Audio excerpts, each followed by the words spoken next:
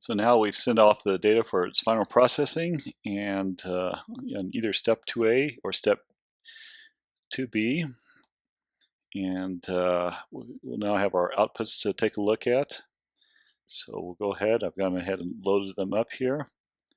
Again, these outputs will be found inside your new output file within the timestamp folder in there. And there may be some sundry folder other files in there, but what you're looking for is the geodata set, the final buildings geodata set. And then you can load those up. And so what I'll do right now is look at the right off the bat, the standard deviation filtered products. So here are the building footprints from that. Again, not everything's perfect, but you have a few things here. And again, everything's separated by their tiles as it is right now. I'll go and turn off the NDVI and pull back the air photo so you can see where they're covering and what they're doing there. So that's from the standard deviation. Also, I ran it again with step 2B, standard deviation and NDVI, to see what the differences are here. So I'll go and load those up here. So you can kind of take a look at the differences between the two. I'll turn off the background so you can better see. So you can kind of see the NDVI kind of helps pull out or mask out a lot more there.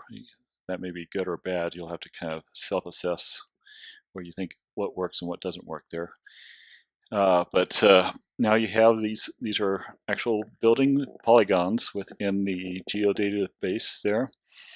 And at this point, you can do a number of things. You've got your building polygons here. They're going to probably require a bit of editing still, but hopefully it's much easier than starting with a blank page. So we get you a little bit further down the way here. You'll probably end up with all these tiles, at least doing a merge, and then maybe dissolve the boundaries. So you have like one building instead of like multiple adjoining buildings. And then you can do things like once you've done your final edits and you've got a building footprint file that you really like, you can do things like drop them on top of the bare earth DEMs to get a base elevation if you're doing like flood information type attributing. Or you could drop them on top of the height DSM that you created and find out their average height attributes if you want to assess, whether they're 1-story, 2-story, or such. You can even take these building files then and drop them back on top of the last data sets and be able to then color code them, or actually classify the last data sets according to building classes. And then if you want to, depending on how good you feel about that, you could probably then take the rest of the data set and turn it into vegetation.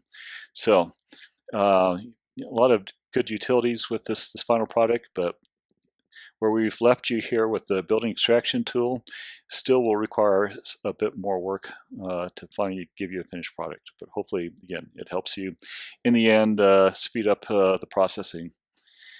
Thank you, and that's all.